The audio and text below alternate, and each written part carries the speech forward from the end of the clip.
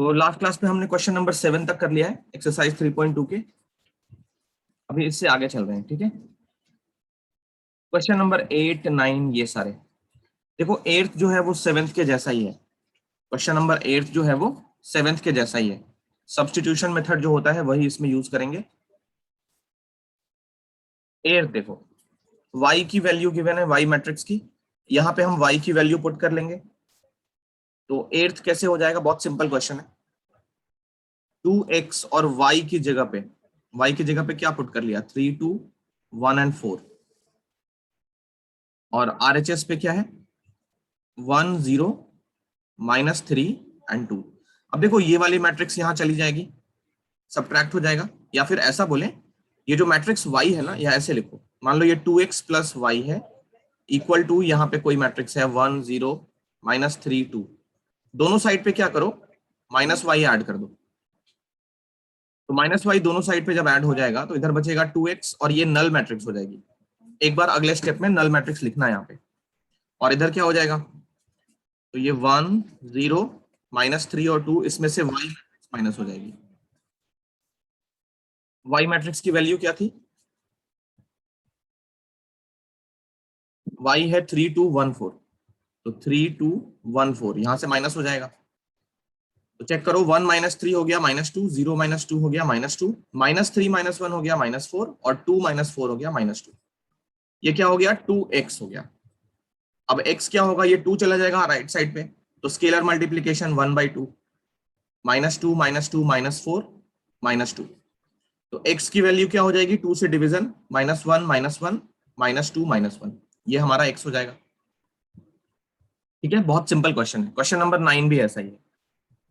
Question number 9 भी ऐसा ही है। देखो, नाइन्थ में x और y दोनों फाइंड करने हैं, तो कहने का मतलब हमें दो इक्वेशंस बनानी पड़ेगी। देखो बहुत सिंपल, पहले 2 से मल्टीप्लाई कर लो इस मैट्रिक्स को। 2 से जो मल्टीप्लीकेशन होगा वो स्केलर मल्टीप्लीकेशन के जैसा होगा। तो ये 2, 6, 0 और 2x plus y 0, 1 and 2 equal to 5, 6, 1, 8। अब चेक करो, लेफ्ट साइड में एक मैट्रिक्स बना लेते हैं, 2 + y एलिमेंट्स को ऐड करके, फिर 6, ये 1 और 2x + 2। राइट साइड पे क्या हो जाएगा, यहां देखो 5, 6, 1, 8। अब क्या करेंगे, यहाँ पे हम मैट्रिक्स के एलिमेंट्स को इक्वेट करेंगे, क्योंकि इक्वल मैट्रिक्स में क्या होता है, ऑर्डर एग्जैक्टली सेम होना चाहिए और सारे एलिमेंट्स इक्वेट करने के लायक होने चाहिए। तो ऑर्डर तो सेम है। अब यहां देखो, 2 + y को इक्वेट कर लेंगे 5 से, 2 + y = 5, तो यहां से y की वैल्यू मिल जाएगी 3। फिर बाकी एलिमेंट्स भी चेक करो, वो इक्वेट हो रहे हैं। ये 6, 6 से इक्वेट हो रहा है, 1, 1 से इक्वेट हो रहा है। फिर अब ये हो जाएगा 2x + 2 = 8। तो यहां से x कितना मिल जाएगा, x भी 3 मिल जाएगा, है ना। तो क्वेश्चन नंबर 8 और 9 बहुत आसान था, आसानी से सॉल्व हो गया। कॉपी कर लो 8 और 9।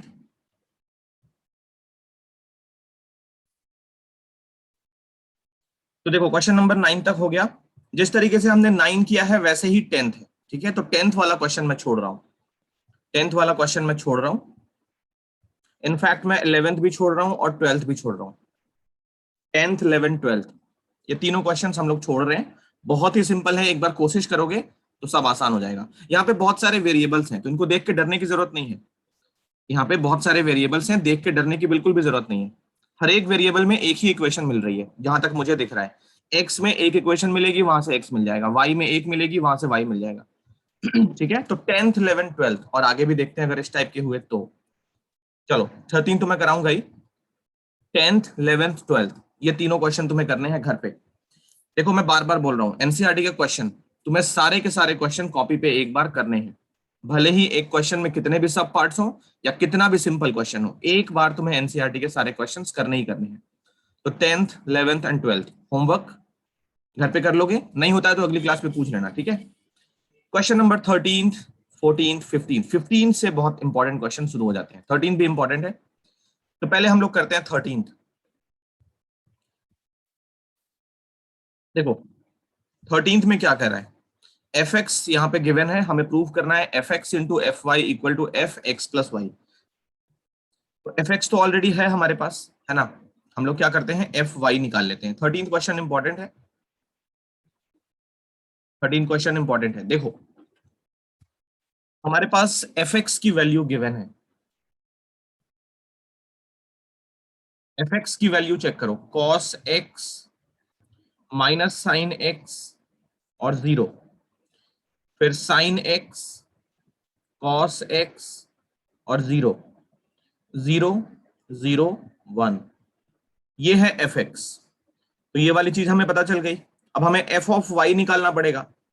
एफ ऑफ वाई कैसे निकलेगा, बहुत ही आसान है, एक्स को वाई से रिप्लेस कर दो बस। एक्स जहां जहां दिखा है वहां वहां वाई डाल दो। कॉस एक्स दिख गया उसको वाई पुट कर लो, फिर साइन एक्स दिख गया उसको वाई बना दो, 0 तो उसमें एक्स है ही नहीं, फिर यहां पे हो जाएगा साइन वाई, ये हो जाएगा कॉस वाई, 0 0 0 1। तो ये हो गया एफ एक्स, ये हो गया एफ वाई। ओके, अब निकालते हैं left hand side. Left hand side check करो, लेफ्ट हैंड साइड क्या है, F of X into F of Y. इन दोनों मैट्रिसेस का मल्टीप्लीकेशन करना होगा। तो cos X minus sine Y 0, sine X cos X 0 0 0 1।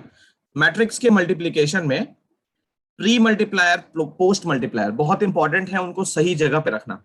F x जो होगा वो प्री मल्टीप्लायर है, एफ वाई जो होगा वो पोस्ट मल्टीप्लायर है। हमें पता है ए इंटू बी, बी इंटू ए के इक्वल नहीं होता है, इसीलिए कभी भी आगे पीछे मत लिखना, कभी भी आगे पीछे मत लिखना, क्योंकि matrix in general commutative rule follow नहीं करता है।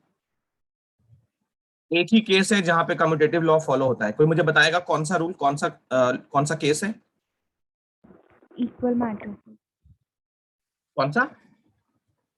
Equal matrix. इक्वल मैट्रिक्स में अगर मैट्रिक्स का खुद से मल्टीप्लीकेशन हो रहा है तो ही ये रूल फॉलो होता है। अब देखो इन दोनों मैट्रिक्स को मल्टीप्लाई करना है, बहुत ही सिंपल है, चेक करो। देखो पहले क्या होगा, फर्स्ट रो फर्स्ट कॉलम से मल्टीप्लाई होगी, ठीक है, फर्स्ट रो फर्स्ट कॉलम से मल्टीप्लाई होगी। तो cos x into cos y, ये बन गया cos x cos y, फिर माइनस का साइन y माइनस के साइन y से मल्टीप्लाई।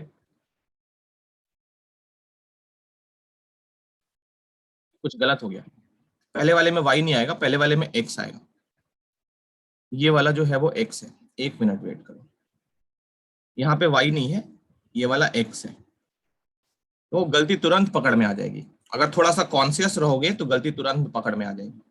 ये वाला x है, ओ ये है x, है ना, ये साइन x और ये साइन x। एनीवेज, तो आगे देखो, पहले cos x cos y को मल्टीप्लाई करके ऐसा हो गया, फिर sin x sin y को मल्टीप्लाई करके minus sin x sin y, और 0 0 को मल्टीप्लाई करके वैनिश। ये हो गया फर्स्ट रो फर्स्ट कॉलम का पहला मेंबर, मतलब फर्स्ट रो फर्स्ट कॉलम, ये हो गया। अब दूसरा, ये वाला सेकेंड कॉलम से मल्टीप्लाई करेगा, ठीक है, तो cos x into sine Y, ये कितना हो गया, minus sine Y cos X, फिर minus sine X into cos Y, तो ये भी हो गया minus sine X cos Y, और ये फर्स्ट रो थर्ड कॉलम को मल्टीप्लाई करके 0 0 और ये भी 0, तो ये हो गया 0। फर्स्ट रो कंप्लीट हो गई। नेक्स्ट देखो, अब सेकेंड रो फर्स्ट कॉलम से मल्टीप्लाई करेगा, तो ये क्या बनेगा, sine X into cos Y, sine X cos Y, फिर cos X into sine Y, तो plus cos X sine Y, और 0 मल्टीप्लाई करेगा, 0 तो खत्म हो जाएगा। अब फिर second row second column, minus sine x sine Y और plus cos x cos Y, और ये हो गया सेकेंड रो थर्ड कॉलम, तो 0 0 0, ये हो गया 0। Third row first column check करो, 0 into cos y, 0 into sine y, 1 into 0, ये हो गया 0। थर्ड रो सेकेंड कॉलम, ये दोनों 0 हैं और ये दोनों 0 हैं, तो 0 0, लास्ट का 1 इंटू 0 वो भी 0। थर्ड रो थर्ड कॉलम, तो 0 0, यहाँ पे 0 0, केवल 1 और 1 मल्टीप्लाई करके 1, तो ये हो गया। आगे चेक करो, तो ये क्या फॉर्मूला, दो फॉर्मूले क्लास 11th में पढ़े थे, कॉस ए प्लस बी, ये होता है cos A cos B minus sign A sine B. अगर यहां पे माइनस हो जाए तो ये वाला प्लस हो जाता है। एक फॉर्मूला ये पढ़ा कॉस में, साइन में भी पढ़ा था, साइन ए प्लस बी, ये होता है sign A cos B plus cos A sine B. यहां पे अगर माइनस हो तो यहां माइनस हो जाता है। अब यही चार फॉर्मूले से ये चारों एलिमेंट्स बन जाएंगे। चेक करो, पहला एलिमेंट क्या है, cos x cos y minus sine x sine Y, तो ये बन गया कॉस ए प्लस बी, मतलब कॉस एक्स प्लस वाई। इसको चेक करो, दोनों माइनस है तो पहले माइनस कॉमन कर लो, माइनस कॉमन करने से साइन ए प्लस बी बन जाएगा, तो ये हो जाएगा साइन ए प्लस बी, और थर्ड वाला तो जीरो ही है। इसमें देखो दोनों पॉजिटिव है, और साइन और कॉस दोनों है, एक्स और वाई ऑल्टरनेट हो रहा है, तो ये हो गया साइन एक्स प्लस वाई। इसमें से अगर हम माइनस कॉमन कर लें, अगर हम माइनस कॉमन कर लें तो cos x cos y minus का हो जाएगा, sine x sine y plus का हो जाएगा। या ऐसे देखो, माइनस कॉमन ना भी करो तो पहले इस वाले को सोचो, ये पॉजिटिव है तो इसको कॉस ए कॉस बी की तरह ट्रीट करो, और ये माइनस साइन ए साइन बी है, तो ये क्या बन जाएगा, कॉस ए प्लस बी, ये हो गया जीरो, ये हो गया जीरो, ये हो गया जीरो, ये हो गया वन। अब चेक करो, बहुत ध्यान से चेक करो, देखो अगर हमारा एफ एक्स इस तरीके से है, गौर से सुनो, ये हमारा एफ एक्स है, तो ध्यान से सोचो हमने एफ वाई कैसे निकाला था, एक्स को वाई से रिप्लेस करके हमने ये निकाल लिया। अब अगर इसी वाले में इक्वेशन वन में हम x को x प्लस वाई से रिप्लेस करें, x को x प्लस वाई से रिप्लेस करें, तो देखो यहाँ पे cos x था, ये cos x प्लस वाई आ गया, sin x था, ये sin x प्लस वाई आ गया, माइनस साइन भी है, ये sin x था तो यहाँ पे sin x प्लस वाई आ गया, ये x है तो यहाँ पे देखो x प्लस वाई आ गया है। तो कहने का मतलब वही हुआ है, x की जगह पे x प्लस वाई आ गया है। तो अगर इस पूरे का रिजल्ट f ऑफ x था, इसका रिजल्ट क्या बन जाएगा, f x plus y. Yes और नो?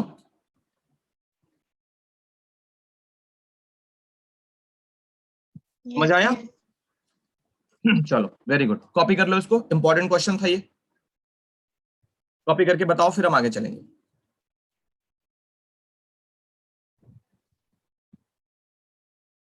थर्टीन तो हो गया, आगे देखो, 13 बहुत इंपॉर्टेंट था। नेक्स्ट है क्वेश्चन नंबर 14, जो मैं नहीं करा रहा।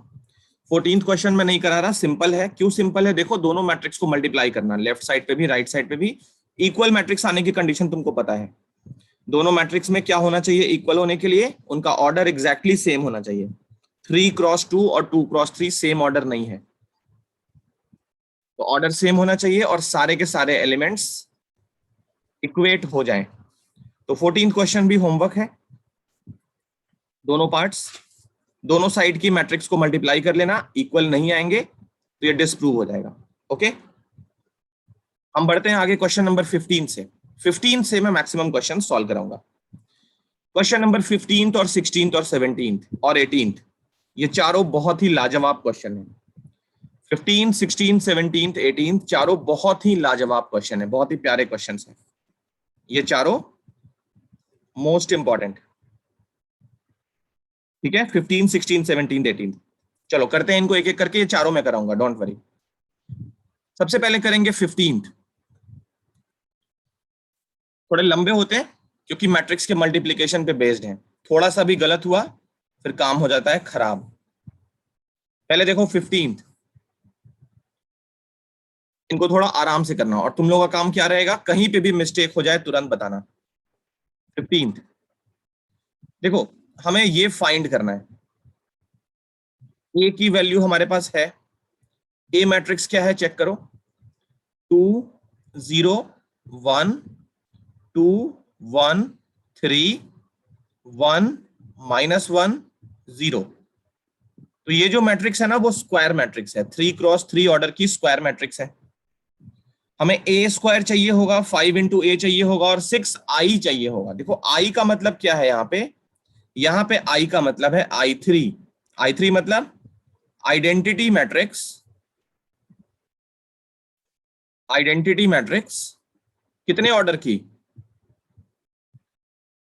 3। आइडेंटिटी मैट्रिक्स ऑफ ऑर्डर 3, क्योंकि स्क्वायर मैट्रिक्स उसके करस्पॉन्डिंग 3 ऑर्डर की है। सबसे पहला काम क्या करते हैं, ए स्क्वायर निकालते हैं। ए स्क्वायर का मतलब ए इंटू ए, ए इंटू ए निकालते हैं इसको पहले। 201 213 1 -1 0 multiplied by same matrix.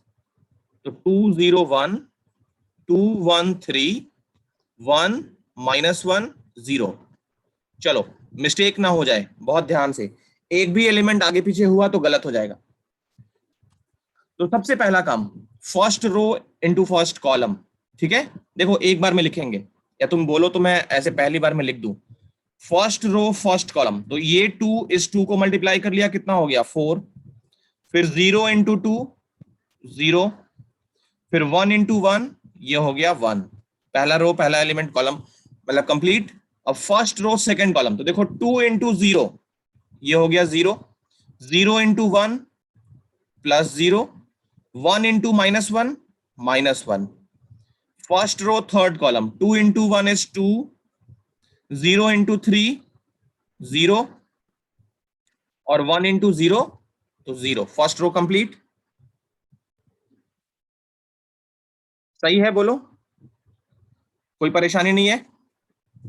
Second row first column, देखो 2 into 2 4, 1 into 2 2, 3 into 1 3। Second row second column, तो 0 प्लस 1 और 3 इंटू -1 कितना हो गया -3। फिर second row third column, 2 into 1 is 2, 1 into 3 is 3, 3 into 0 तो 0। Third row first column, 2 -2 plus 0। Third row second column, 0 -1 plus 0। फिर ये हो गया last third row third column, 1 -3 plus 0। तो मेरे अकॉर्डिंग तो ये आ रहा है। एक बार फाइनल रिजल्ट लिखते हैं।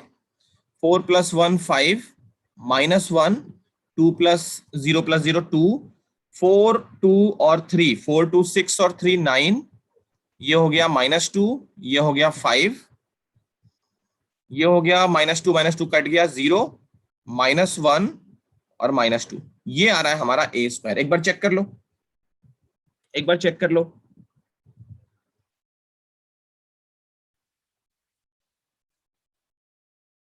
सब कुछ चेक कर लो, ठीक है ना?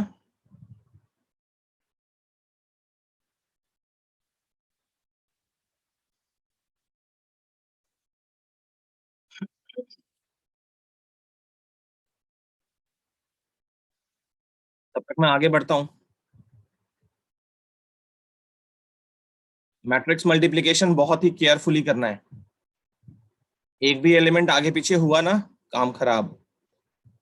तो ये हो गया ए स्क्वायर -5 इंटू ए की वैल्यू फिर से 201 213 1 -1 0 प्लस 6 टाइम्स आई कितना है, तो i3 है वो।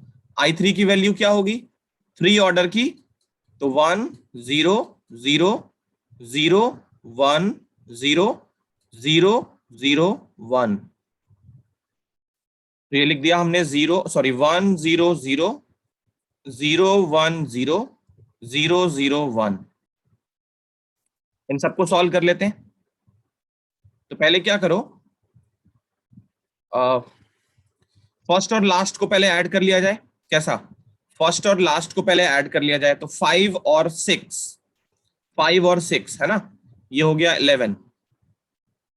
उसके बाद क्या हो जाएगा -1, उसके बाद हो जाएगा 2। चेंज बस डायगोनल एलिमेंट्स में होगा। चेंज किस में होगा, बस डायगोनल एलिमेंट्स में। ये हो जाएगा 9। यहां देखो -2 और +6, तो ये +4 और 5 वैसे ही छूट जाएगा, ये 0 वैसे ही रह जाएगा, ये -1 वैसे ही। चेंज बस डायगोनल एलिमेंट्स में होगा, इसका ध्यान रखना। चेंज सिर्फ इस वाले एलिमेंट्स में होगा। ओके, फिर -2 के साथ प्लस का 6 ऐड, तो ये हो गया 4, और माइनस इसमें 5 का मल्टीप्लीकेशन, तो 10 0 5 10 5 15 5 -5 0। अब फाइनली इन दोनों को करना है सब्ट्रैक्ट। तो 11 - 10 इज 1, -1 - 0 इज -1, 2 - 5 इज -3। फिर देखो आगे 9 - 10 -1, 4 - 5 -1, कितने -1 आ रहे हैं, 5 - 15 इज -10। आगे 0 - 5 इज -5, फिर -1 माइनस ऑफ -5, -1 माइनस ऑफ -5, तो -1 + 5 ये कितना हो जाएगा 4, और लास्ट में 4 - 0 इज 4। तो ये हमारा आंसर आना चाहिए। ठीक है, ये था क्वेश्चन नंबर 15। एक बार कोई मिस्टेक ना हुआ हो चेक कर लेना। समझ आया सबको? Yes sir. ठीक है, कॉपी कर लो, कैलकुलेशन मिस्टेक देख लेना। ठीक है, सबके साथ मिस्टेक हो जाता है, लेकिन मेरी गलती हो कोई परेशानी की बात नहीं है, तुम्हारा मिस्टेक हो गया तो बहुत बड़ा ब्लंडर हो जाएगा। तो मैट्रिक्स मल्टीप्लीकेशन में बार बार बोल रहा हूं, बहुत ही केयरफुली करना है, कूल माइंड से। कॉपी करो इसको, नेक्स्ट करेंगे। Question number 16। देखो 16 थोड़ा सा लंबा है, 16 थोड़ा सा लंबा है, बट मैं तुम्हें एक बहुत काम की बात बताता हूँ। एग्जाम में इमेजिन करो या कहीं पे भी तुम्हें 15 और 16 दोनों क्वेश्चन ऑप्शन में करके आ गया, और करके, तो तुम कौन सा क्वेश्चन करोगे, 15 करोगे या 16 करोगे? बताओ, मनज कौन सा करेगा, 15 या 16?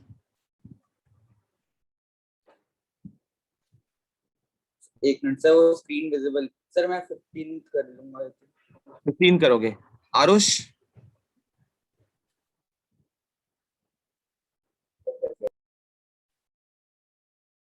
अनन्या? गीतन?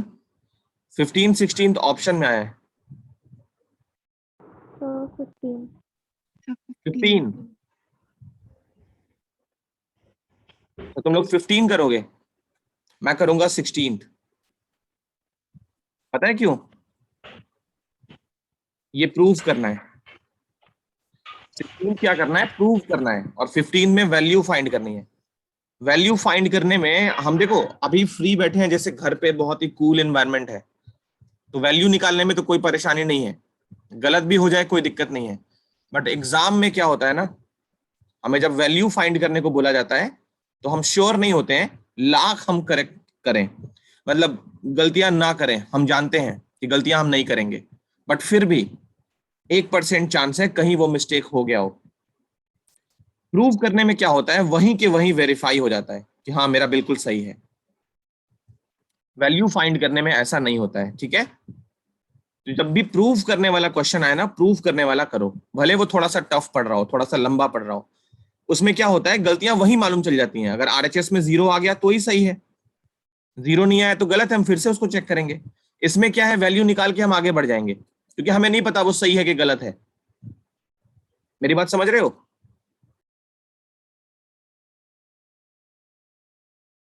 Yes sir.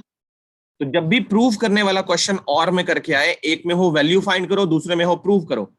प्रूव करने वाला भले ही थोड़ा सा लंबा हो, प्रूव वाले को अटेम्प्ट करना चाहिए, क्योंकि उसमें मालूम चल जाएगा ना गलत है कि सही है। इसमें मालूम नहीं चलेगा गलत है कि सही है। तो 16 क्वेश्चन मैं करूंगा। 15 16 अगर ऑप्शन में आ जाए तो मैं तो 16 करूंगा। क्वेश्चन नंबर 16 देखो, 16 में हम लोग एक काम करेंगे, मैं तो करूंगा ही, तुम लोग भी मेरे साथ साथ सॉल्व करना शुरू कर दो। मैं कुछ बोलूंगा नहीं ताकि डिस्टर्ब ना हो, और लास्ट में हम लोग आंसर मैच कर लेंगे। ठीक है, जैसे मैं ए क्यूब निकालूंगा, वो तुम अपने ए क्यूब से मैच कर लेना, ए स्क्वायर निकालूंगा उससे मैच करना, आरएचएस तो 0 लाना ही है। तो मैं कुछ भी बोलूंगा नहीं, मैं चुपचाप करूंगा बोर्ड पे, तुम लोग बोर्ड पे नहीं देखोगे। ठीक है, और अपनी कॉपी पे मेरे साथ साथ शुरू हो जाना, लास्ट में हम लोग आंसर मैच कर लिया जाएगा। ठीक है, तो 16 क्वेश्चन मेरे साथ साथ स्टार्ट करो।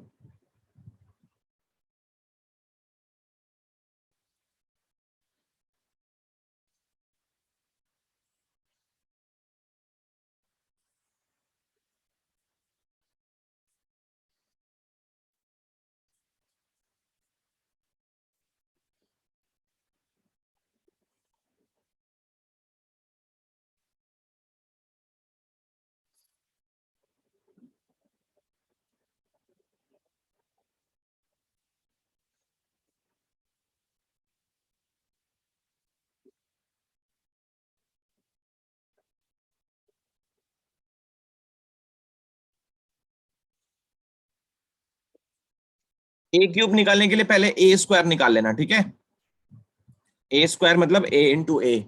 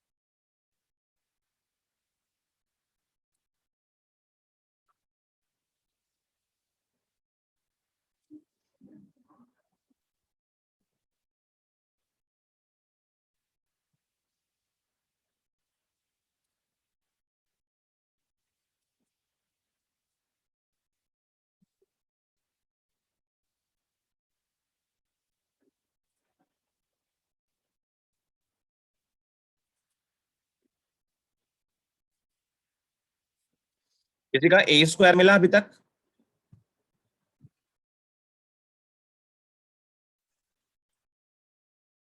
Yes, sir. मेरा सही है, चेक करो।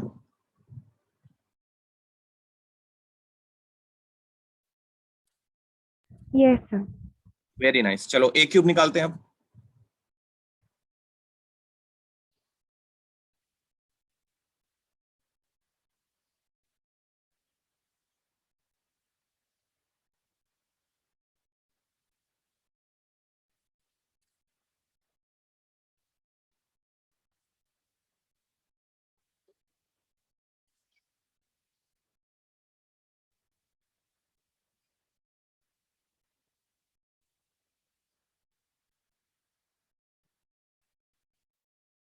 यहाँ पे एक कंफ्यूजन माइंड में आ सकता है बच्चों, मेरी बात बहुत ध्यान से सुनो।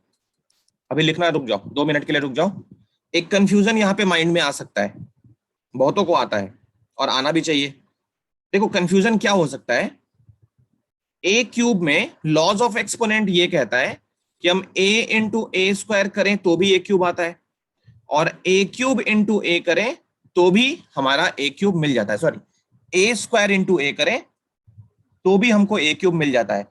अब मान लो क्या ऐसा होगा ही, ए और ए स्क्वायर ये दोनों सेम मैट्रिक्स तो नहीं होंगे ना। ए स्क्वायर और ए अलग अलग मैट्रिक्स होंगे, चेक करो। ए स्क्वायर ये है और ए हमारा ये है, दोनों अलग अलग मैट्रिक्स नहीं है। दोनों अलग अलग मैट्रिक्स नहीं है, सॉरी दोनों सेम मैट्रिक्स नहीं है, दोनों अलग अलग मैट्रिक्स हैं। तो कहने का मतलब अगर हम ए स्क्वायर को बी मान ले थोड़ी देर के लिए, ए स्क्वायर को अगर बी मान ले तो पहला वाला क्या लिखा है, ये लिखा है ए इंटू बी, और ये क्या लिखा है, ये लिखा है बी इंटू ए।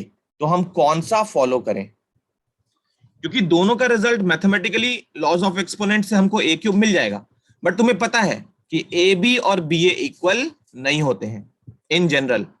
तो ऐसा कंफ्यूजन हो सकता है कि ए क्यूब निकालने में हम ए स्क्वायर को पहले रखें या ए को पहले रखें, ऐसे करें या ऐसे करें, ऐसा माइंड में आ सकता है, ये कंफ्यूजन एग्जाम में आ सकता है।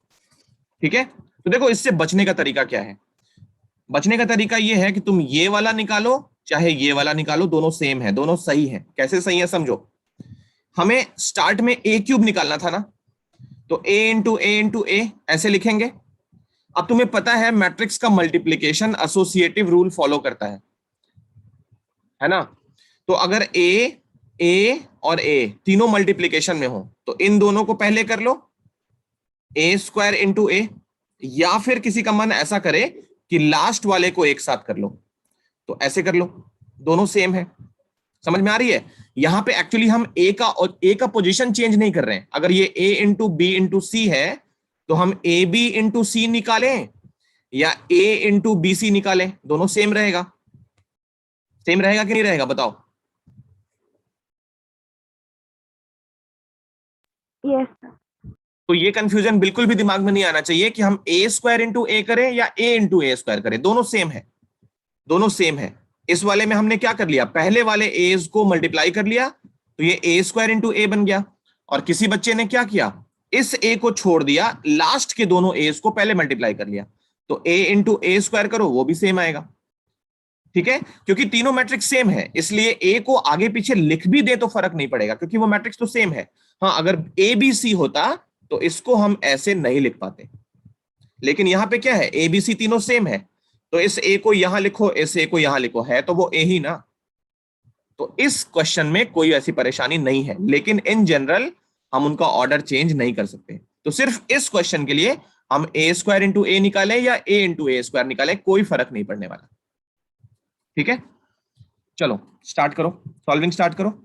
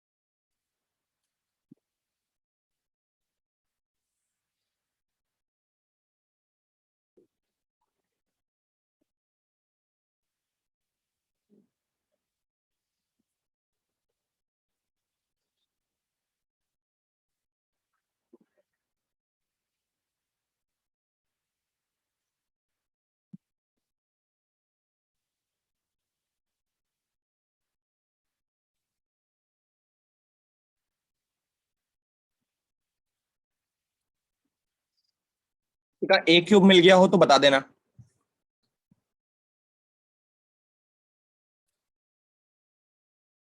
Yes, sir. Same है। Yes, very sir. Nice, very nice, बहुत ही बढ़िया। यस अच्छा, यहाँ पे आई का मतलब थोड़ा क्लियर कर लेना। इस क्वेश्चन में आई जो है वो क्या है, आई टू है। आई टू को क्या हम ऐसे लिख सकते हैं, मैंने ये बताया था इस तरीके से लिख सकते हैं। आई टू को ऐसे लिख सकते हैं ना, डायगोनल 1 1 1।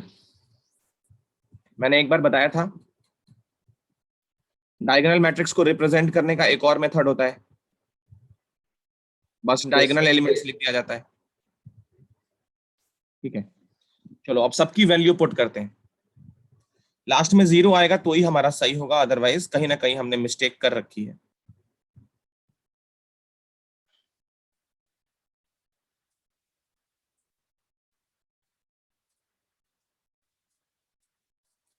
सिक्स ए स्क्वायर, 6 इंटू ए स्क्वायर, इस वाले में 6 का मल्टीप्लीकेशन, डायरेक्ट मल्टीप्लाई कर लेते हैं।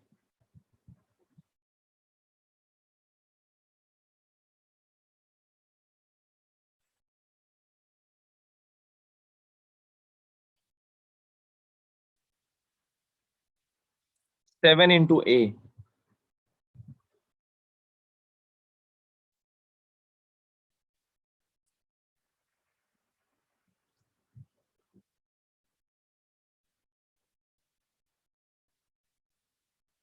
2i।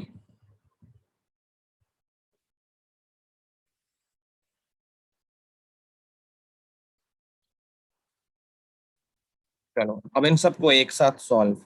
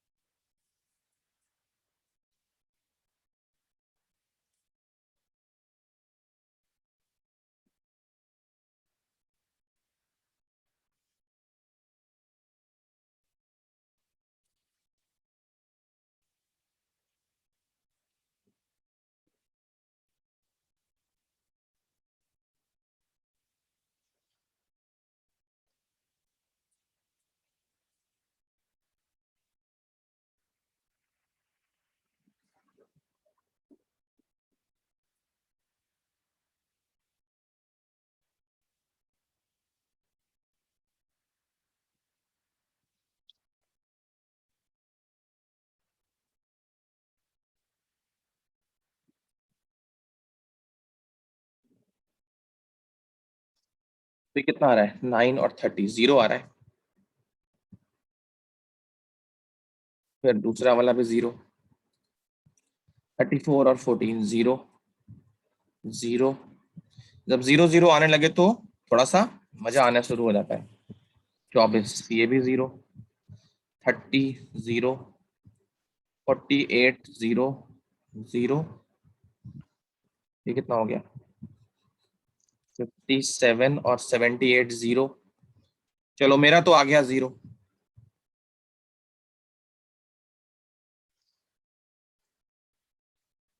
जिसका जिसका Done. 0 आ गया, सर हो गया। अनज का आ गया, गीतन का भी आ गया शायद। Yes, sir. Very good.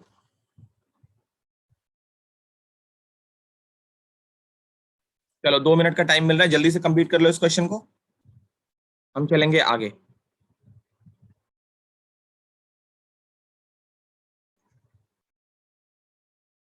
अब करते हैं 17th अच्छा क्वेश्चन है, 18 भी बहुत अच्छा है। एक्सरसाइज का सबसे बढ़िया क्वेश्चन है 18th। पहले 17 देखो। 17 सिंपल है, इक्वेशन सॉल्व करनी है, के की वैल्यू फाइंड करनी है। तो एक ही वेरिएबल फाइंड करना है, एक इक्वेशन से काम हो जाएगा। देखो 17th, ए मैट्रिक्स गिवन है, आई मैट्रिक्स गिवन है, के की वैल्यू फाइंड करो सो दैट ये वाली चीज हो रही है। तो पहले ए स्क्वायर निकाल लेते हैं। ए स्क्वायर बहुत ही सिंपल, 2 इंटू 2 की मैट्रिक्स है। ये तो जानते हो ना सारे, ए का कोई भी पावर ले लें तो ये जो वैलिड है ना, ये ए क्यूब या ए का power 4 valid only if A is which matrix. क्या सारी मैट्रिक्स का क्यूब निकल जाएगा, स्क्वायर निकल जाएगा? बताओ। किसी भी मैट्रिक्स का पावर n अगर निकालना हो, where n is any natural number, तो ए कौन सी प्रॉपर्टी होनी चाहिए ए के पास? सारी मैट्रिक्स का स्क्वायर क्यूब पावर 4 निकल जाता है क्या? Square matrix. स्क्वायर मैट्रिक्स, ए सिर्फ स्क्वायर मैट्रिक्स होनी चाहिए, तभी पावर 2 पावर 3 पावर 4 निकलेगा। अगर रेक्टेंगुलर मैट्रिक्स ले लिया ना, चेक करो 1 2 3 -1 5 0, इसका स्क्वायर कोई निकाल के दिखा दे मुझे। इसका स्क्वायर निकाल लोगे क्या? ये 2 क्रॉस 3 है, तो ये मैट्रिक्स होगी 2 क्रॉस 3 और दूसरी मैट्रिक्स फिर से 2 क्रॉस 3। क्या इसका स्क्वायर निकल जाएगा? पहले मैट्रिक्स का कॉलम दूसरे मैट्रिक्स का रो सेम नहीं है, तो स्क्वायर निकल ही नहीं पाएगा। कभी भी किसी भी मैट्रिक्स पे पावर n हो और n कोई भी नेचुरल नंबर हो, कहने का मतलब उस मैट्रिक्स का पावर 10 निकालना हो, तो ये तभी निकलेगा जब एक ऐसी मैट्रिक्स हो स्क्वायर मैट्रिक्स हो। इसका ध्यान रखना, ठीक है? किसी भी मैट्रिक्स का पावर 2 पावर 3 नहीं निकाल सकते, सिर्फ और सिर्फ स्क्वायर मैट्रिक्स का ही ये ऑपरेशन हो जाता है। मैंने बता दिया है इसको, मैट्रिक्स पॉलिनोमियल जब पढ़ाया था ना, उस टाइम पे बताया था, उसके जस्ट पहले कॉपी में चेक करना, ठीक है? चलो, तो अभी ये 2 क्रॉस 2 की मैट्रिक्स है, इसका स्क्वायर बहुत आसानी से निकल जाएगा। 3 - 2 4 - 2, देखो ये कितना हो जाएगा, 3 इंटू 3 9 और ये माइनस का 8, तो ये 1 हो गया, है ना? और क्या हो जाएगा, 3 इंटू -2 और -2 इंटू -2, तो -6 + 4, ये कितना आ जाएगा -2। 4 इंटू 3 12 और ये हो जाएगा 8, तो ये आ गया 4। 4 इंटू -2 -8 और ये +2, तो माइनस का 4। ए स्क्वायर बन गया। अब इसमें वैल्यू पुट करते हैं, तो इक्वेशन दिया है ए स्क्वायर इज इक्वल टू के इंटू ए -2i। के क्या है? स्केलर नंबर है। के यहाँ पे स्केलर नंबर है, ये अंडरस्टूड होना चाहिए, मतलब कोई भी कांस्टेंट है के। तो ए स्क्वायर यहां पे रख दो, 1 -2 4 -4, के इंटू ए है 3 -2 4 -2 -2 इंटू आई। आई यहाँ पे बता दिया है, वैसे ना बताए तो भी हमको पता है कि आई क्या होनी चाहिए। अगर सेकेंड मैट्रिक्स से कॉन्टेक्स्ट में बात हो रही है, स्क्वायर मैट्रिक्स ऑफ ऑर्डर 2 की बात हो रही है, तो उस टाइम पे आई क्या होगा? I2 होगा। ये 2 हो गया। चलो इसको सॉल्व कर ले जरा, देखो कितना हो जाएगा, 3k -2, सीधा लिखते हैं 3k -2, फिर -2k -0, तो केवल -2k, 4k minus 0, 4k only, minus 2k minus 2। अब क्या करोगे, ये वाली मैट्रिक्स और ये वाली मैट्रिक्स को इक्वेट कर लो, ठीक है, इक्वल मैट्रिक्स है ये, तो करस्पॉन्डिंग टर्म्स को इक्वेट करके पहले सारे टर्म्स इक्वेट करके लिख लो, k की वैल्यू थोड़ी देर में निकाल लिया जाएगा। 2k equal to minus 2 second element हो गया, फिर 4k इक्वल टू 4 और last element minus 2k minus 2 equal to minus 4। सबसे k की वैल्यू सेम आनी चाहिए, तभी आंसर हमारा करेक्ट रहेगा। तो 3k इक्वल टू 3, यहां से k मिल गया 1, यहां से देखो यहां कहीं माइनस छूट गया है, ये माइनस छूट गया, ये माइनस है, माइनस माइनस कट गया, यहां से भी k मिल गया 1, यहां से भी k मिल गया 1, और यहां से कितना हो जाएगा चेक करो, minus 2k equal to minus 2, तो k की वैल्यू यहां से भी 1 आ गई। सबसे k की वैल्यू सेम आ रही है, हर जगह से k की वैल्यू सेम आ रही है, तो ये हमारा आंसर करेक्ट हो गया। 17th कॉपी कर लो।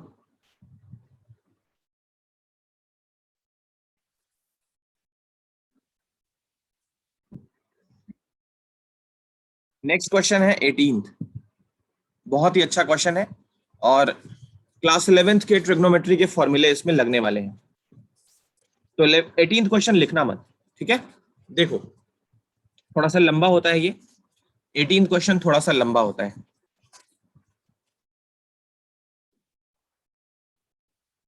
क्लास 11th के बहुत सारे फॉर्मूले यहाँ पे लगने वाले हैं, इसी वजह से ये क्वेश्चन काफी अच्छा हो जाता है, इंपॉर्टेंट तो है ही।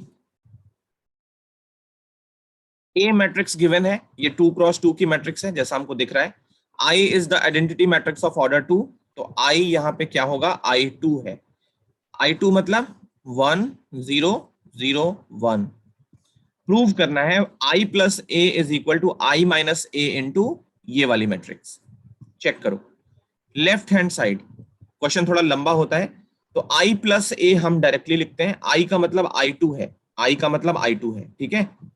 तो ये 1 0 0 1, ये I2 हो गया, प्लस ए हो गया 0 minus tan alpha by 2, tan alpha by 2 और 0, इन दोनों का सम चेक करो कितना होगा। तो 1 plus 0 1, 0 minus tan alpha by 2, ये कितना हो गया, minus tan alpha by 2, 0 plus tan alpha by 2, तो ये tan अल्फा बाई 2 और 1।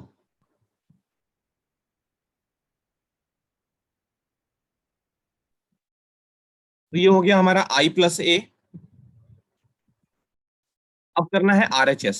RHS देखो कितना होगा, जगह थोड़ा कम पड़ेगा, राइट हैंड साइड चेक करो, राइट हैंड साइड में लिखा है I माइनस ए, तो I ये हो गया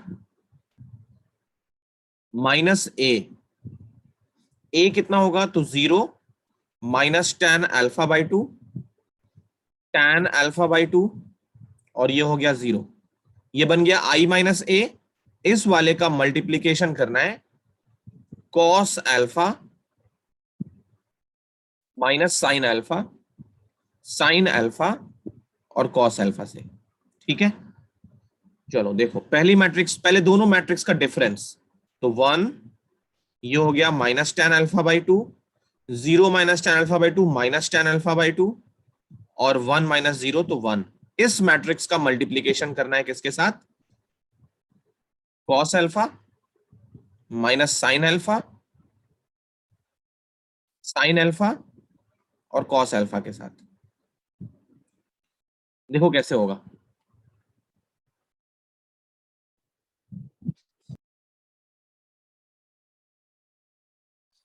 तो 1 का मल्टीप्लीकेशन cos अल्फा के साथ, ये हो गया cos अल्फा और minus tan alpha into sine alpha, तो ये हो गया minus tan alpha by 2 sine alpha, ये हो गया फर्स्ट एलिमेंट। अब फर्स्ट रो सेकंड कॉलम, तो ये हो गया minus sine alpha plus cos alpha into, नहीं रुको, माइनस साइन अल्फा और यहां पे भी आएगा minus 1 into minus sine alpha minus sine alpha और माइनस का tan alpha by 2 into cos alpha, तो ये हो गया cos alpha minus tan alpha by 2। अब सेकंड रो फर्स्ट कॉलम, तो ये क्या बन गया, minus cos alpha into tan alpha by 2 और 1 into sine alpha plus sine alpha. Second row second column, minus minus plus sine alpha into tan alpha by 2 plus cos alpha. अब देखो जो left hand side है वो ये वाली है, right hand side simplify करके ये वाली है। इन दोनों मैट्रिसेस को हमें क्या करना है, इक्वल प्रूफ करना है। तो इक्वल प्रूफ करने के लिए मैं चार चीजें बताऊंगा। सबसे चार चीजें करनी पड़ेंगी। मैं यहां देखता हूं क्या लिखता हूं, टू प्रूफ। देखो ये वाली मैट्रिक्स जो मैं ब्लैक से सर्कल कर रहा हूं, ये वाली मैट्रिक्स और ये वाली मैट्रिक्स इक्वल करनी है। तो इक्वल करने के लिए क्या करना पड़ेगा, इनके करस्पॉन्डिंग एलिमेंट्स को इक्वल करना पड़ेगा। तो कहने का मतलब हमें चार चीजें प्रूफ करनी है।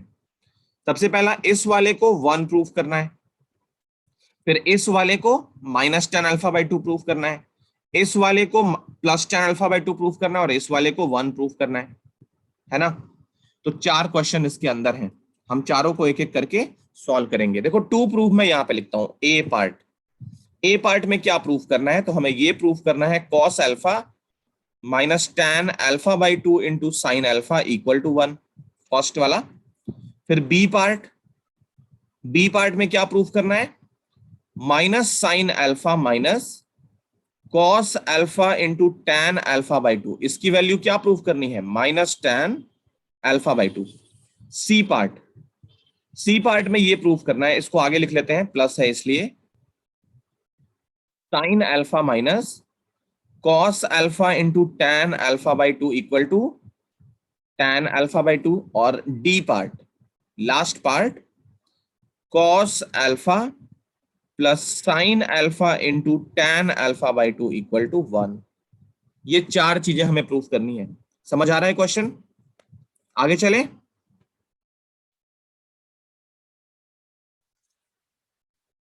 सबको क्लियर है ना। Yes, sir. देखो अब एक एक करके इन चारों को प्रूफ करना है, इसीलिए क्वेश्चन थोड़ा लंबा होता है। तो पहले देखो ए पार्ट का लेफ्ट हैंड साइड क्या लिखा है, ए पार्ट का लेफ्ट हैंड साइड चेक करो, cos alpha minus sine alpha into tan alpha by 2, इसको क्या प्रूफ करना है, 1 प्रूफ करना है। देखो सर हाँ सर वो जो हम ऐड कर रहे थे उसमें, तो हाँ। जो RHS का जो पहला स्टेप था, तो 0 minus minus tan alpha by 2 plus tan alpha by 2 हो जाएगा ना। अच्छा ओके, पहले क्यों नहीं बताया बनज, आगे जाके हम लोग फंस जाते हैं।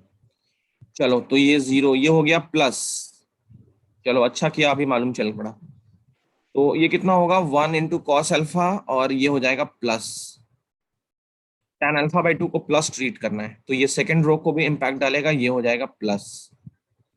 फर्स्ट रो का और कहीं इंपैक्ट आई थिंक नहीं पड़ेगा, तो ये हो जाएगा प्लस और ये हो जाएगा प्लस। अब ठीक है बनज, यस वेरी गुड, हम आगे जाके फंस जाते। चलो ठीक है, इसीलिए बोलता हूँ केयरफुली देखो, कहीं पे कुछ मिस्टेक लगे तुरंत बता दिया करो। तो अब हमको क्या प्रूफ करना है, देखो प्लस हो जाएगा बीच में और यहाँ पे भी प्लस हो गया है, तो cos alpha plus tan alpha by 2 into sine alpha, इसकी वैल्यू 1 प्रूफ करनी है। चेक करो कॉस अल्फा, ये देखो साइन अल्फा को ब्रेक कर लो कैसे, 2 sine alpha by 2 into cos alpha by 2 into tan alpha by 2 को भी ब्रेक करो, sign alpha by 2 upon cos alpha by 2। ठीक है, तो यहां से cos alpha by 2 cos alpha by 2 cut गया, ये क्या हो गया, cos alpha plus 2 sine square alpha by 2। Cos alpha को कैसे लिख सकते हो साइन स्क्वायर में, देखो कॉस के 4 फॉर्मूले होते हैं, कॉस 2 थीटा के 4 फॉर्मूले होते हैं। क्या क्या होता है, cos square theta minus sine square theta, केवल कॉस में चाहिए तो 2 कॉस स्क्वायर थीटा माइनस 1, केवल साइन में चाहिए तो 1 माइनस 2 साइन स्क्वायर थीटा, और केवल टैन में चाहिए तो 1 minus tan square theta upon 1 plus tan square theta, class 11th के फॉर्मूले। तो अभी हमको साइन कटाना है ना, ये वाला साइन हमको कटाना पड़ेगा, कटाना होगा, कट करना होगा। तो कॉस अल्फा को हम साइन वाले में चेंज कर लेते हैं। अब देखो 2 थीटा है तो यहाँ थीटा है, अगर हम केवल थीटा रखते तो यहाँ पे थीटा बाई 2 आ जाता। तो कॉस अल्फा की जगह लिखेंगे 1 minus 2 sine square alpha by 2, और लास्ट में 2 sine square alpha by 2 as it is. ये कट गया, आंसर कितना हो गया 1। तो एक पार्ट तो कम से कम कर लिया हमने, फर्स्ट तो हो गया ए पार्ट। अब देखोगे B part, B part, B part का एलएचएस चेक करो। बी पार्ट का एलएचएस ये है माइनस साइन अल्फा प्लस बीच में cos alpha into tan alpha by 2। इसको क्या प्रूफ करना है? Minus tan alpha by 2। चलो चेक करो। देखो सबसे पहले इस साइन अल्फा बाई 2 को चेंज करो, minus 2 sine alpha by 2 into cos alpha by 2, और ये cos alpha as it is, tan को भी चेंज कर लो, sine alpha by 2 into divided by cos alpha by 2। अब इन दोनों टर्म्स में चेक करो क्या कॉमन है। इन दोनों ही टर्म्स में साइन अल्फा बाई 2 साफ साफ कॉमन दिख रहा है, साइन अल्फा बाई 2। तो सेकेंड टर्म पॉजिटिव है, उसको लिख लेते हैं पहले। ये बचा कॉस अल्फा और cos alpha by 2 minus 2 cos alpha by 2। Check करो, कोई दिक्कत तो नहीं है यहां तक? सिंपल अर्थमेटिक चल रहा है। तो ये हो गया साइन अल्फा बाई 2, यहां देखो ये हो गया cos alpha minus 2 cos square alpha by 2 divided by cos alpha by 2। अब ये कॉस अल्फा बाई 2 बाहर कर लो, तो बाहर जाके क्या हो जाएगा? वो टैन अल्फा बाई 2। और यहां देखो कॉस अल्फा को चेंज कर लो। इस बार क्या करो, कॉस अल्फा को ये वाले फॉर्मूले से चेंज करो, है ना, कॉस 2 थीटा में कॉस वाला फॉर्मूला। तो कॉस अल्फा को लिख देंगे 2 cos square alpha by 2 minus 1, और ये माइनस का 2 cos square alpha by 2 as it is. देखो ये कट गया, -1 जब tan अल्फा बाई 2 को मिल जाएगा तो ये हो जाएगा माइनस का tan alpha by 2। Second part हमने सॉल्व कर लिया, तो बी भी हो गया, अभी सी और डी बाकी है। तो स्पेस थोड़ा कम पड़ रहा है, यहां तक कॉपी कर लो जल्दी से, यहां तक जल्दी से कॉपी कर लो, अभी सी और डी बाकी है। कॉपी करके इन्फॉर्म करो, फिर इसके रिमेनिंग पार्ट्स करेंगे, सी और डी। जल्दी करो जरा।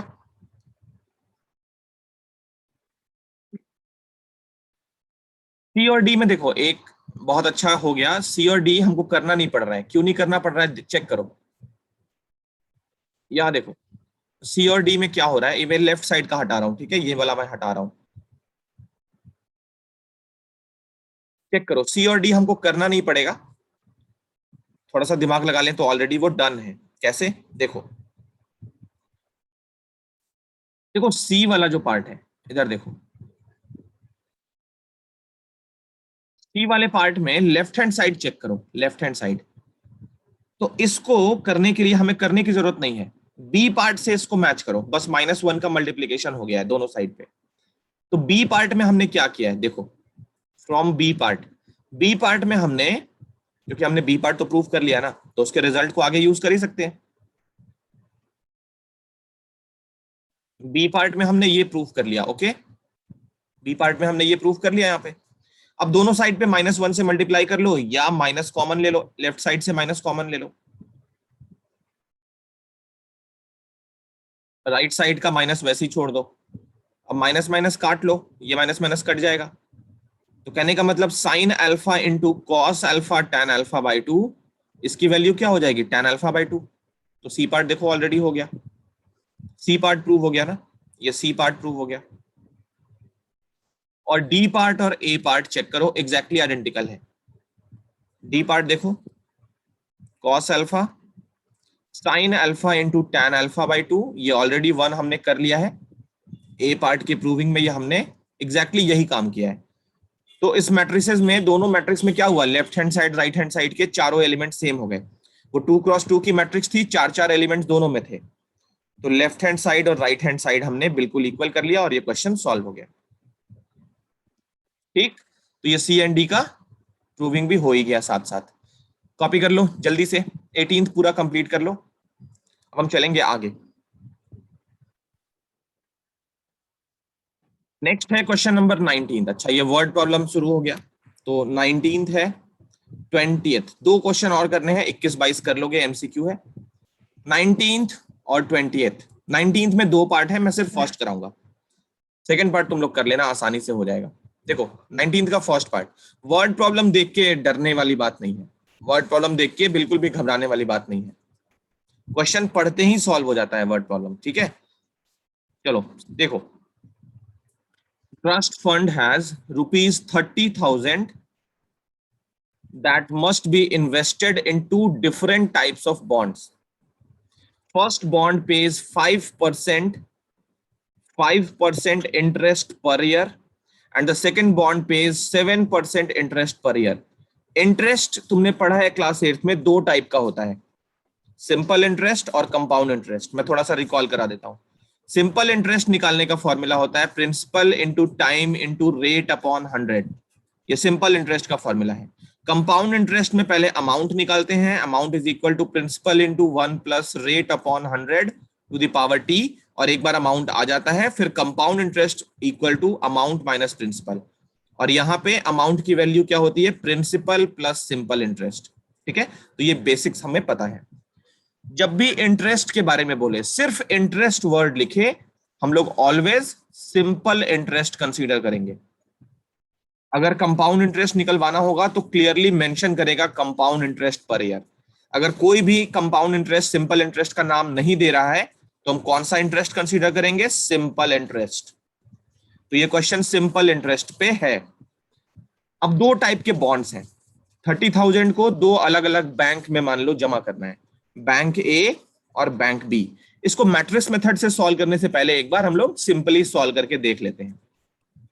तो दो बैंक है मान लो, बॉन्ड्स का मतलब दो अलग अलग बैंक मान लो. पहला बैंक जो है वो 5% का इंटरेस्ट दे रहा है, सेकेंड बैंक जो है वो 7% का इंटरेस्ट दे रहा है. टोटल अमाउंट जो हमको डिपॉजिट करना है वो 30,000 है. हमें ये नहीं पता कि पहले बैंक में कितना करें, दूसरे बैंक में कितना करें. तो मान लिया पहले बैंक में जो प्रिंसिपल हमने डिपॉजिट किया वो x रुपीज है, और दूसरे बैंक में P2 प्रिंसिपल जो हमने डिपॉजिट किया वो 30,000 माइनस x है. तो ये हमारा प्रिंसिपल हो गया, ये rate of interest R1 R2 हो गया, टाइम दोनों में 1 साल.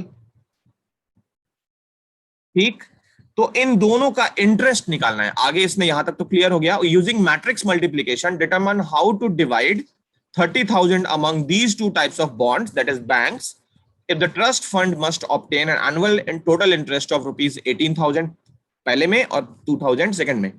कहने का मतलब इसमें कोई इंटरेस्ट मिला होगा, इसमें कोई इंटरेस्ट मिला होगा, इन दोनों इंटरेस्ट का एड पहले पार्ट में है 1800 ए पार्ट के लिए और दूसरे पार्ट के लिए है 2,000. हमें यह बताना है कि किस बैंक में कितना डिपॉजिट करना है. एक्स निकाल लेंगे तो वो काम हो जाएगा. एक्स अगर निकाल लिया तो पहले में कितना जमा करना है वो मालूम चल जाएगा, और दूसरे में कितना जमा करना है वो मालूम चल जाएगा, है ना. तो चलो एक बार इसको ओरली सॉल्व करते हैं. ये बहुत जरूरी है, मैट्रिक्स पे जाने से पहले इसको ओरली सॉल्व करके देखो कि कौन सा नंबर किससे मल्टीप्लाई हो रहा है. ठीक है, चलो ओरली सॉल्व करने के लिए पहले बैंक का इंटरेस्ट निकालते हैं. तो principal into time into rate upon 100, और दूसरे बैंक का इंटरेस्ट तो principal into time into rate upon 100. ठीक है, अब I1 प्लस I2 तो इन्हीं दोनों का सम होगा. वो तो I1 प्लस I2 निकालोगे तो कैसे लिखेगा, देखो x इंटू 5 अपॉन 100 ऐसे लिख सकते हैं. इसको चेक करो, अगर टाइम दोनों का 1 है तो x इंटू 5/100 ये I1 हो गया. हम क्या कर रहे हैं, I1 प्लस I2 को 1800 से इक्वेट कर रहे हैं. तो x इंटू 5/100 प्लस I2 कितना होगा चेक करो, तो 30,000 माइनस x मल्टीप्लाइड बाई 7/100, और ये इक्वल टू 1800. ये फाइनली इक्वेशन बननी चाहिए. अगर हम मैट्रिक्स से सॉल्व ना करें, जनरल प्रोसीजर से यूज करें तो ऐसे इक्वेशन बननी चाहिए.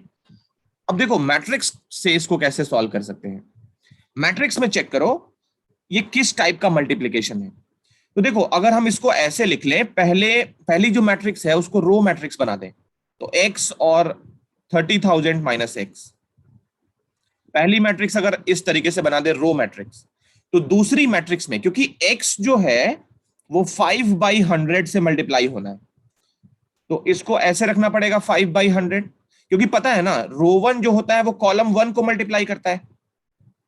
रो 1 जो होता है वो कॉलम 1 को मल्टीप्लाई करता है. तो पहला एलिमेंट 5/100 से कौन मल्टीप्लाई होगा, x मल्टीप्लाई होगा. अब दूसरा एलिमेंट ये वाला है तो इसको इसके नीचे वाले नंबर से मल्टीप्लाई करना पड़ेगा. तो कहने का मतलब दूसरी मैट्रिक्स हमको कैसी बनानी पड़ेगी, कॉलम मैट्रिक्स बनानी पड़ेगी. तो ये मैट्रिक्स कुछ ऐसे दिखेगा, और इनका क्या होगा, सम होगा 1800. कुछ क्लियर हो रहा है कि नहीं हो रहा है.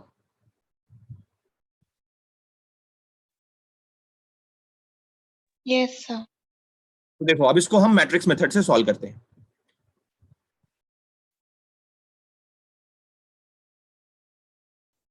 मैट्रिक्स मेथड से इसको सॉल्व करते हैं।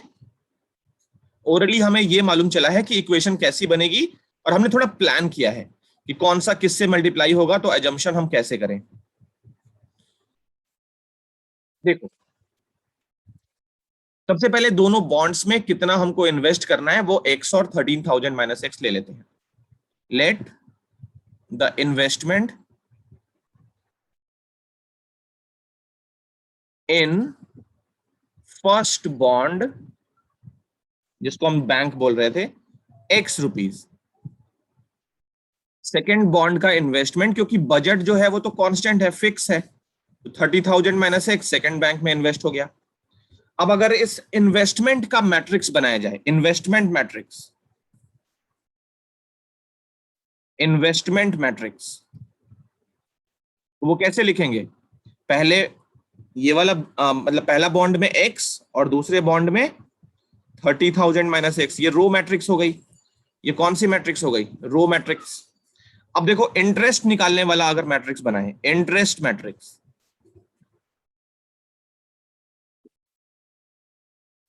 इंटरेस्ट मैट्रिक्स, तो पहला जो बॉन्ड है ये हमको 5% पर एनम, मतलब क्या हुआ इसका? 100 रुपए पे 5 रुपए का इंटरेस्ट एक साल में।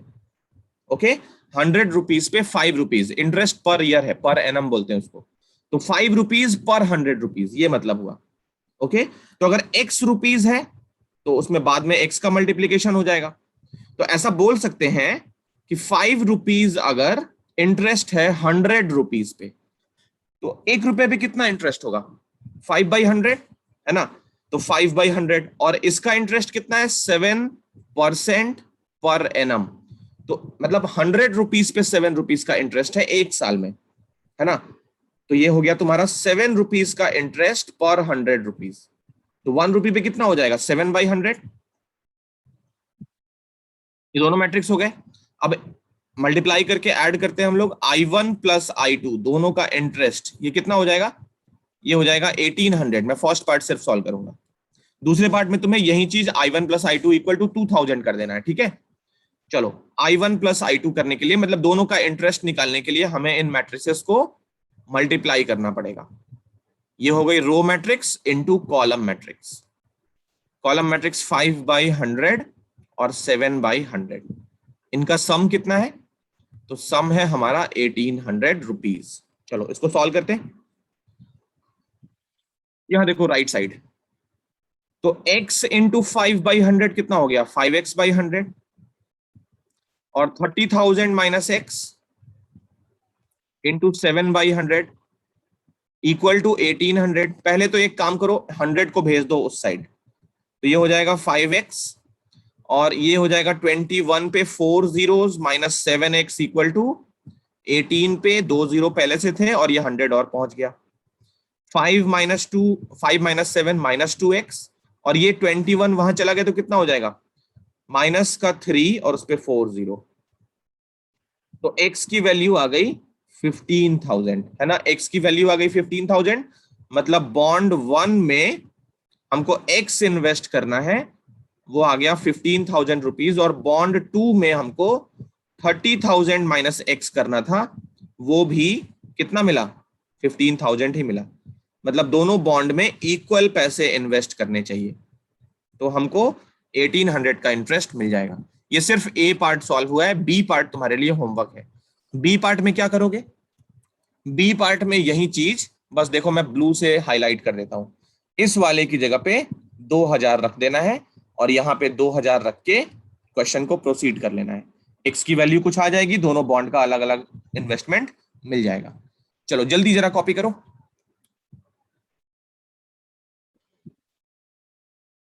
क्वेश्चन नंबर 20 भी ऐसा ही है, वर्ड प्रॉब्लम है।